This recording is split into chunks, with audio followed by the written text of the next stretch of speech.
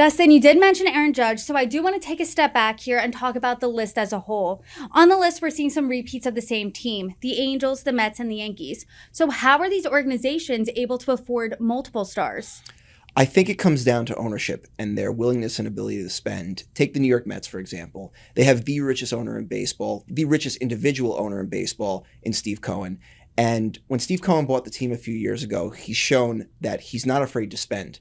In baseball, the way it works is there's a luxury tax. There's no salary cap per se. So you can really spend as much as you want. It's just a matter of how much of a penalty are you willing to pay. The more and more you spend, the more of a penalty you incur. And at different levels, it goes up, to different points. So Steve Cohen is willing to spend. He's willing to bring in these players at high salaries because he wants to give his team a chance to win. The Yankees have always had a reputation for being willing to spend and, make free agency splashes, trade for great players. It goes back to George Steinbrenner, and now his kids are in control of the team. And the Angels are another team owned by a billionaire owner who briefly this year wanted to sell the team, but has since ended that process. But still, in baseball, you'll find that many of the owners are part of this ultra wealthy class, and it's really up to them if they want to spend that kind of money. And baseball's in a great place right now.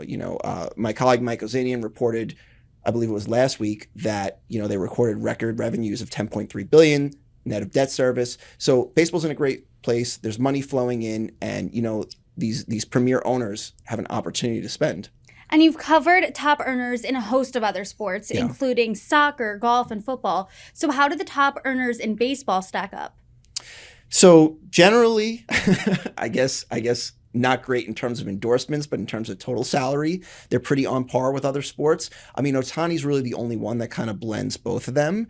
Max Scherzer, who is number 2 on the list, pulled in $59.3 million in total earnings, which is an astronomical number. He's getting paid a league high salary by the Mets. He's got deferred money from the Nationals, and he's got a little endorsement money coming through too. So compared to other sports, that is a significant total. That's a lot of money. And, you look at the NBA, which blends kind of these high salaries with high endorsement figures, and soccer too. So comparatively, the top end of this list is really kind of in the mix with some of the higher ones in the other sports. And I think it's important to remember that, in sports that really pay well on the field, it's great, but it's really hard for athletes to earn endorsement money, let alone 7-figure endorsement money. So anybody who's, for the people in MLB who are doing it, it really is, an achievement. Aaron Judge, Mike Trout, they really are standing out, even though they haven't necessarily caught up to athletes in other sports yet.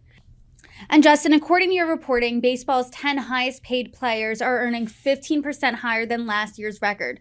So how are we seeing such this rise in earnings? Well, if you remember last year, there was a work stoppage and there was kind of economic uncertainty about what was going to happen to the sport. Whenever a new collective bargaining agreement is put into place, experts have told me that spending tends to go up, and that's because the economic future of the sport becomes more stable and more into focus. So I think knowing what the CBA was going to look like gave teams a lot of confidence to kind of enter into these deals. And also, the way the market functions is, you want to be competitive. You're going to have to pay what someone thinks they're worth, or, negotiate to that price. And obviously, there were a lot of marquee free agents on the market this year. There were, several really, really big contract extensions signed, showing that they don't want players to even get to that point. And obviously, there's more to come. Justin, I guess this really begs the question of what's the future looking like for MLB players? Will this trend of record high earnings continue? I think it all goes back to Ohtani once again, because he will be a free agent at the end of the season. Pending an extension with the Angels, we don't know exactly what's going to happen there.